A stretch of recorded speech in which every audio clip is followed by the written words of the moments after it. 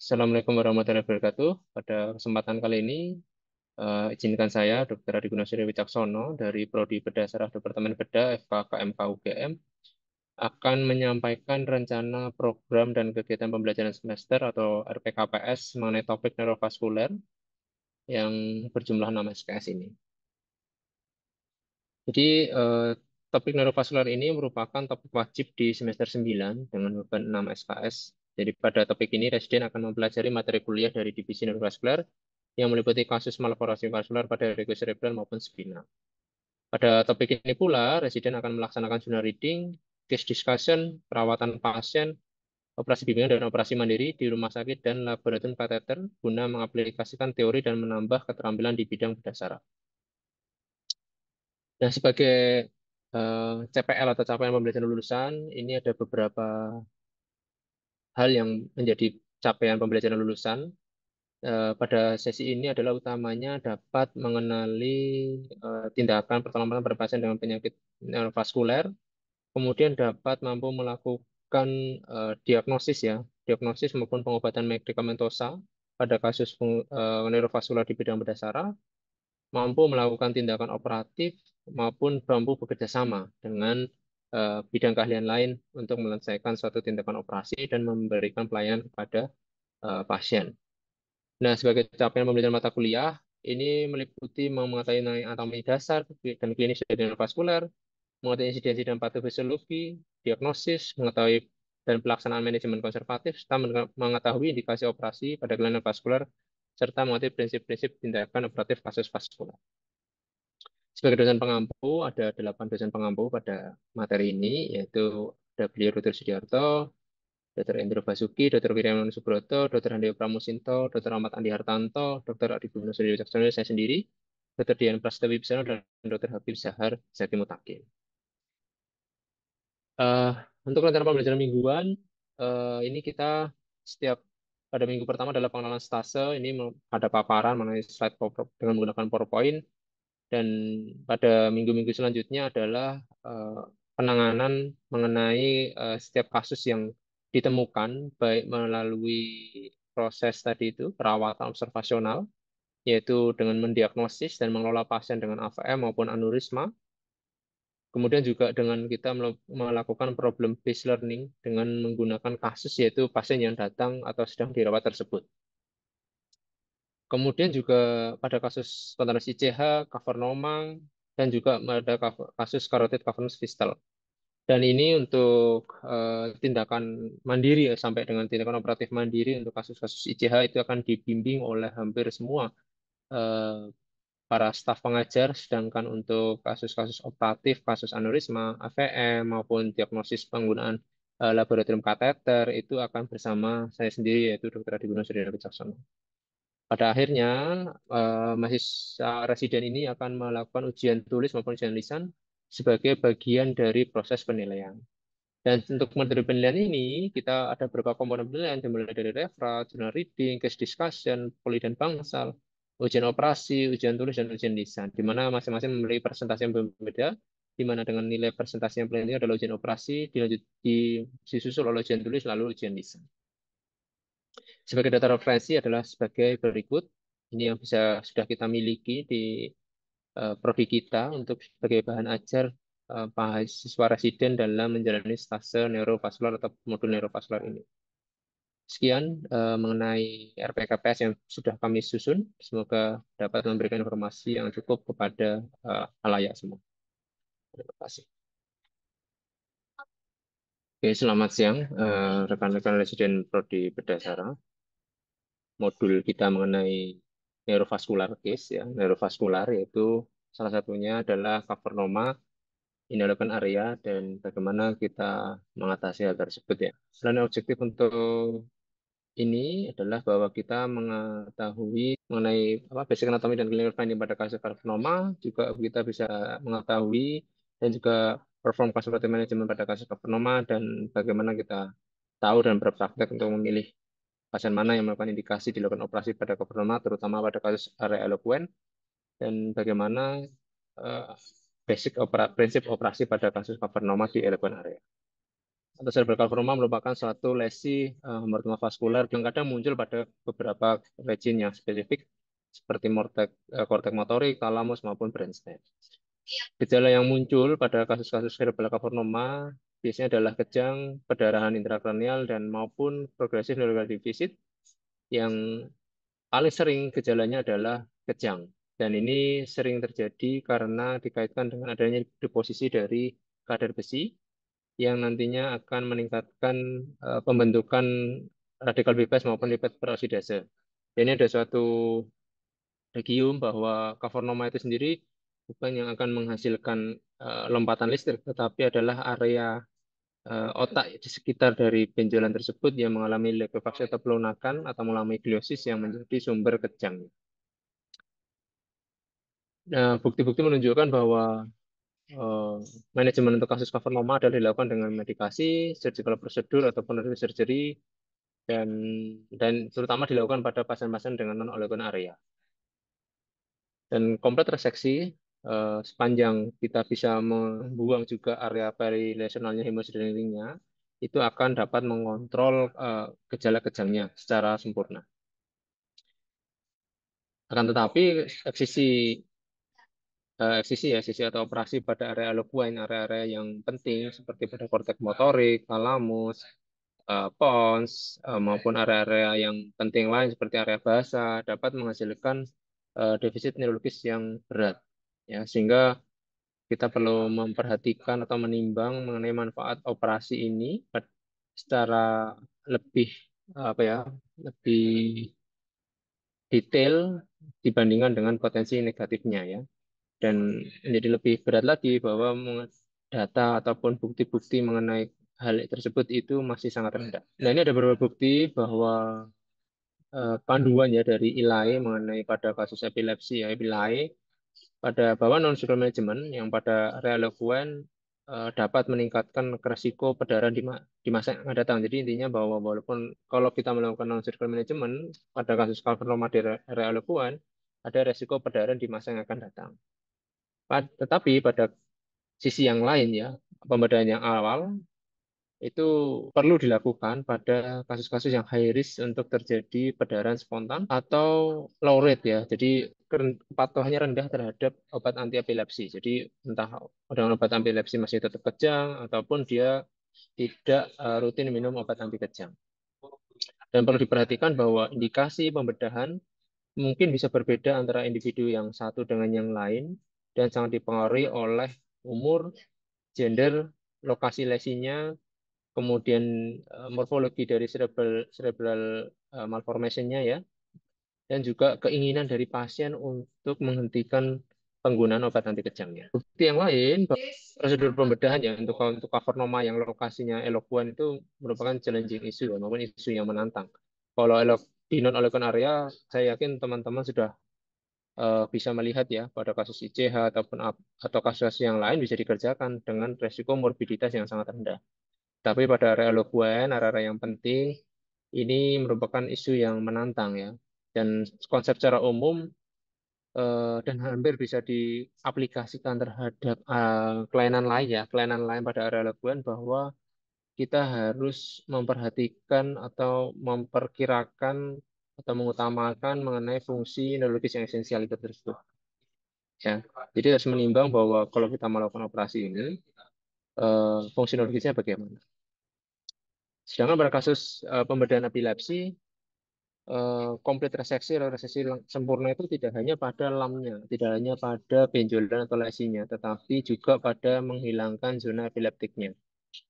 Ya, tadi itu ya, bahwa yang menghasilkan kejang bukan benjolannya atau kavernomanya, tetapi area otak di sekeliling dari area otak yang mengalami gliosis di sekeliling dari si kavernomanya. Dan ini penting sekali bahwa hemosiderin, yaitu kadang hemosiderin merupakan bekas dari perdarahan atau mikroblit yang ditemukan di luar dari kavernomanya, mungkin masih mempertahankan beberapa fungsi kortikal maupun subkortikal. Dan ini harus kita perhatikan bahwa setelah kita melakukan reseksi pada area hemosiderin tersebut, bahwa bisa terjadi permanen neurological deficit. Itu penting sekali untuk kalian ingat-ingat ya ketika akan mereseksi kasus kavernoma di eloquent area. Sebagai tambahan ya, fungsi fisiologis pasien ya dengan adanya lesi tersebut juga harus dipertimbangkan dalam kita memilih treatment modalitas. Treatment modalitas yang di sini yang dimaksud apa? Karena kavernoma ini merupakan satu massa vaskuler tetapi dia tidak masuk ke dalam aliran sirkulasi yang dominan pada malformasi vaskuler, itu kadang kita tidak bisa menentukan ya kira-kira ini apa namanya kapan pecah dan lain-lainnya ya. Dan modalitas yang bisa kita pakai hanya ada dua. Yang pertama adalah reseksi, yang kedua adalah penggunaan radioterapi. Kemo tidak bisa dipakai pada kasus ini. Dan yang menjadi pertimbangan ya, apakah selain terjadi nyeri kepala atau ada anxietas terkait hal tersebut, perlu juga melakukan clinical evaluasi yang rutin, serta imaging evaluasi secara berulang. Kalau kita ingin melakukan operasi pada area yang kritis, kita memerlukan pertimbangan-pertimbangan yang sifatnya khusus. Nah, ini ada satu penelitian retrospektif di Universitas Greifswald di Jerman pada tahun 2021. Ini membandingkan long term outcome dan quality of life after cover resection pada area eloquent vs non eloquent area. Dia mengumpulkan sekitar 70 pasien selama 16 tahun, jadi kasusnya memang nggak terlalu banyak untuk kavernoma itu. 41 lesi di eloquent, dan itu pula yang kita temukan ya di tempat kita rata-rata kavernoma itu terletak di area eloquent atau dekat eloquent, kayak gitu ya. Jadi mepet dengan eloquent. Dan 22 pasien ini di area non eloquent, 3 di area orbit, dan 3 di spinal cord.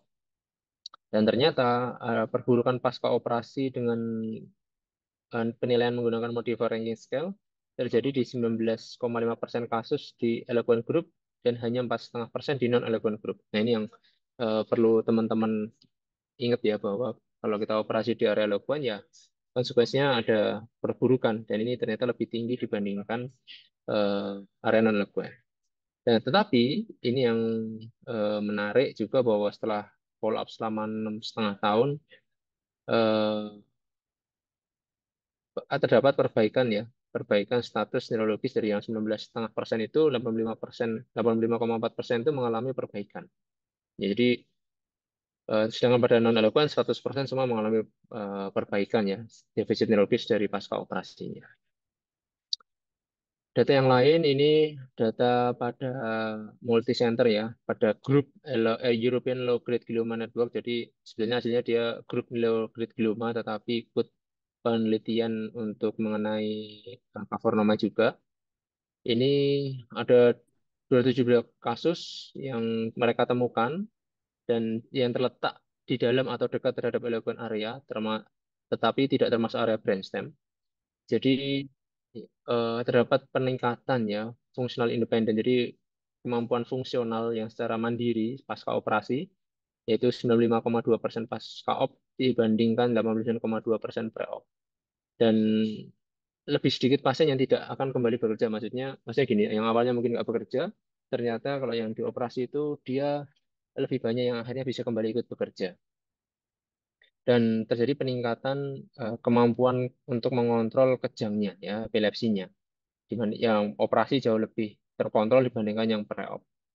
Dan tidak ada yang mengalami resiko atau perdarahan ya ICH terkait cerebral cavernomanya ini ya pasca operatif. Jadi kalau dari data ini, yang ya mungkin ini bukan penelitian yang sifatnya randomized control trial ya, ini penelitian yang sifatnya retrospektif menggunakan observasional data.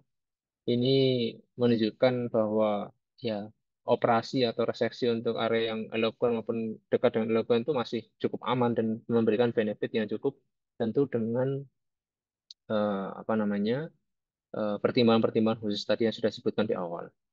Dan sebagai apa ya rekomendasi mana sih yang kira-kira indikasi untuk operasi itu, jika dengan first line treatment terhadap untuk sebagai obat anti kejangnya itu sifatnya resisten ya, atau misalnya pasien juga tidak ingin mengalami resiko perdarahan di kemudian hari, karena ingat kalau sudah terjadi perdarahan defisit itu pasti muncul ya, dan itu bisa tidak kembali, sehingga kayak semacam prevention terjadinya perdarahan yang bisa mengakibatkan kerusakan fungsi yang penting pada pasien tersebut.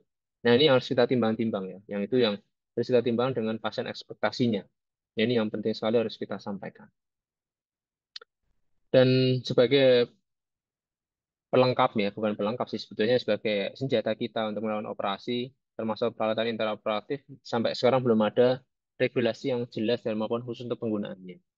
Bisa saja kita menggunakan intraoperatif, peralatan intraoperatif dari yang imaging sampai yang apa namanya bukan. Jadi imaging di sini misalnya Duranda kita menggunakan ultrasonografi ya USG untuk menentukan lokasi tumor atau MRI based neuronavigasi dan bahkan mungkin MRI intraoperatif juga bisa kita lakukan ya. Kemudian ini yang juga tidak kalah penting adalah intraoperatif electrophysiological monitoring atau mungkin yang sering kita sebut sebagai IOM ya intraoperatif monitoring. Ini kita menggunakan elektrokortikografi, motor evok potensial untuk menilai motoriknya maupun somatosensori evok potensial untuk menilai sensorinya selama durante operasi. Apakah area yang kita kerjakan tersebut mengenai area-area penting tersebut atau tidak? Ini beberapa teknik yang bisa digunakan untuk operasi dan kita harus tergantung kepada lokasinya, tetapi garis besar bisa menggunakan teknik transulkal, transkortikal, ataupun mobilisasi dari lobus yang terdekat. Ya, ini merupakan contoh gambar relevan area di mana ini sebelah kiri. Mungkin teman-teman tahu ini yang warna hijau itu area apa ya, kurang lebihnya. Area bicara juga. Oke, ini area broca ya, broca area bicara. Penting ya untuk karena ini mempengaruhi fungsi bicara kita. Kemudian kalau yang apa ini ya, pink orange ya, pink orange mungkin teman yang lain. Monitor itu dengan presentral gyrus, dokter. Iya, dokter. Dan Ini juga ini postcentral gyrus, maupun dokter. post Area central motor gyrus ya. Ini motor strip area. oke, terima kasih Dokter Damar ya. Jadi ini memang area salah satu area eloquent dan satu lagi yang penting juga ini yang di belakang ini Dokter Abi apa ini yang biru-biru ini. Di sini dokter untuk area visual dokter di area vital Oke, dokter. area visual. Oke, ini termasuk area yang penting untuk kita perhatikan lokasi dari cover namanya tersebut. Dan pendekatan-pendekatan tadi ya, baik translokal, transkortikal maupun mobilisasi itu berdasarkan jarak dekat terhadap lesi dan menimbulkan kerusakan terkecil ya terhadap jaringan sehat di sekitarnya. Nah ini kita ambil dari papernya Chang ya tahun 2011.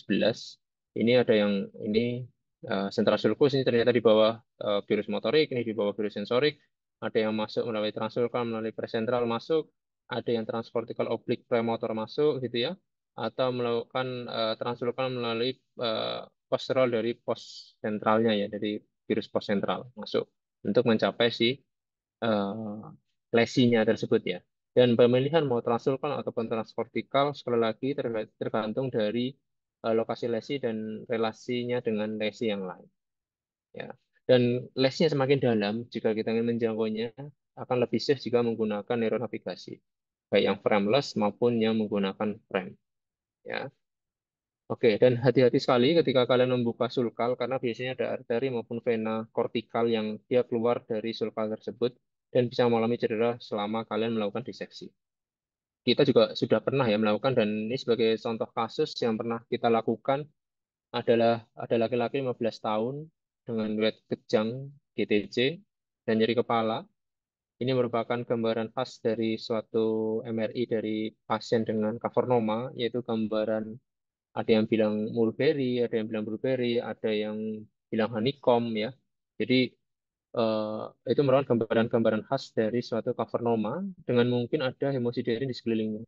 Ya, dari ada gambaran hipo ini pada gambaran T2 ya. Ini T1 maaf ini T1 kontras, ini T2 ya ini ada gambaran-gambaran seperti ini. Waktu itu kita dengan ukuran sekitar diameter 3 cm. Ini kita lakukan dulu imaging sebagai imaging pendahuluan yaitu menggunakan diffuse eh, DTI ya untuk menilai ini. Bisa kita lihat di sini. Ya, ternyata masanya ini menekan dari corona radiata, salah satu dari tratus corticospinal, dari lokasi di posteriornya. Ini kita lakukan positioning, kemudian kita lakukan brand mapping dengan maaf, menggunakan neuronavigasi. Dengan neuronavigasi kita tentukan titik lokasinya, approach-nya.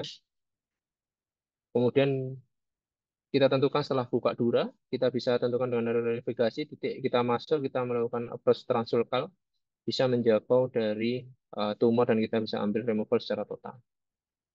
Ini hasil PA, banyak sebutan berisi eritrosit dengan dilatasi pembuluh darah multiple seperti ini. Ya, ini bisa seperti ini. Ini ada sebutan hemosiderva. Ya, ini khas punyanya cover normal. Dan pasien sudah bisa langsung di S2 1 hari sebelumnya. Ini bekas dari transfer kalau kita upload sampai bisa mengambil semua. Oke, kemudian ini eh, jadi pasien bisa langsung segera pulang ya. Bisa segera sadar, ekstubasi, hari kelima pulang. Tanpa ada defisit motoris maupun sensoris. Dan fungsi kognitifnya juga intak. Nah, sebagai bahan diskusi, bisa kalian saksikan di sini. Ini kira-kira lokasinya di mana ya? Ini perempuan, usia 56 tahun, keluhannya gangguan penglihatan, penglihatannya double, ya, dan kadang mengeluh nyeri, nyeri wajah gitu ya. Kemudian dilakukan waktu CT scan, hasilnya tidak terlalu jelas seleksinya, terus dilakukan MRI seperti dengan hasil seperti ini. Ini merupakan gambaran T1 maupun T1 kontras. Ini lesi ini, ya, ini di pons kurang lebih, ya pons mungkin pons bawah berbatasan dengan medula oblongata. eh, Lesinya berukuran kecil, tapi menimbulkan gejala pada pasien tersebut, walaupun tidak ada gambaran hemosiderin di sekelilingnya, tidak ada gambaran pernah rupture di sekelilingnya. Jika harus melakukan treatment, kira-kira pilihan apa yang kamu kerjakan? Opsinya mungkin dengan stereotactic surgery, dokter. Izin, dok. Jadi kita harus berhati-hati ya, stereotactic surgery juga dengan resiko tempat di situ mungkin ya tetap ada peluang kita menggunakan kemana ya radioterapi itu mungkin jauh lebih bisa kita pilih sebagai salah satu option treatment untuk kasus tersebut ya.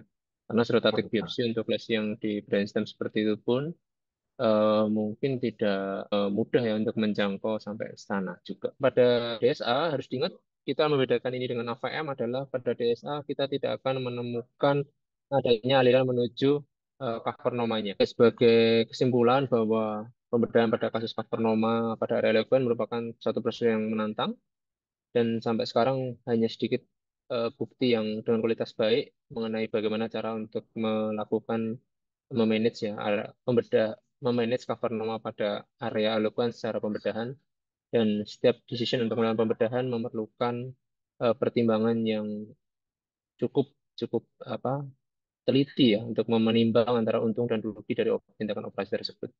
Dan selalu diingat buat kita semua bahwa kesuksesan operasi pada satu operasi itu tidak dapat selalu digenerasikan atau digeneralisasikan untuk prosedur di masa yang akan datang. Sehingga kita harus tetap stay humble ya, tetap humble dan selalu insightful terhadap apa yang akan kita kerjakan pada pasien tersebut. Mungkin itu yang bisa saya sampaikan. Terima kasih. Selamat siang atas perhatian dari teman-teman semua. Izin bertanya dokter terkait ini Nah, kemarin beberapa lalu itu kami menemukan kasus dokter ini dengan multiple kavernoma dokter, izin dokter. Jadi pada waktu itu pasien dengan usia bayi dokter, usia 1 bulan. Kemudian waktu itu memang kami suspekkan dengan familial cerebral cavernous malformation dokter. Waktu itu dengan kasus multiple kavernoma dokter, izin dokter. Terkait manajemennya pada saat itu memang pasien tersebut dengan gejala kliniknya kejang dokter. Namun memang ada gambaran hidrosefalus juga. Kemudian pasien tersebut juga akhirnya waktu itu ditata laksana dengan vision dokter. Namun terkait kavenomanya dokter izin apakah ada tata laksana khususnya dokter karena memang multiple kavenomanya baik itu di aloken dan aloken areanya ada dokter. Izin dokter. oke, baik. Jadi memang kasus untuk familial eh, cover nama harus kita pikirkan. Benarkah itu cover nama atau kasus yang lain ya? Misalnya kayak telenaktesia atau kasus proliferatif apa namanya vaskuler itu kan juga ada ya. Jadi mungkin saran tetap kita evaluasi kalau memang belum sudah terkontrol masalah ICP untuk hidrosefalousnya dan pasien masih dalam kondisi yang baik kita evaluasi MRI ulang maupun penunjang yang lain untuk memastikan ini memang benar-benar cover normal. Karena kalau dia ternyata termasuk tipe yang pembuluh darah yang pertumbuhannya cepat ya, hiperproliferasi angiopati. Nah, itu ya kita memang sulit untuk melakukan treatmentnya. Tapi kalau untuk cover norma yang multiple familial ya kita harus melihat adakah lesi yang memang prone terhadap perdarahan misalnya. Nah, dari itu ya kan kita mereseksi ini target untuk cover norma itu cuma dua. Satu untuk mengontrol resiko perdarahan, yang kedua adalah mengontrol kejangnya yang tidak misalnya tidak bisa terkontrol, ya kan? Nah, sehingga kita harus timbang area mana yang bisa memberikan efek kejang. Misalnya ada multiple yang mana yang memberikan efek massa ataupun efek yang memberikan kejang. Sehingga mungkin tetap perlu dilakukan EEG untuk melihat sumber dari kejangnya itu di mana. Sehingga kita kalau mau mengontrol kejang ya kita ambil area yang benar-benar paling memungkinkan sebagai sumber kejang. Terima kasih dokter. Oke, ada pertanyaan lain? Bila tidak ada pertanyaan, kami cukupkan. Terima kasih untuk waktunya. Selamat siang. Wassalamualaikum warahmatullahi wabarakatuh.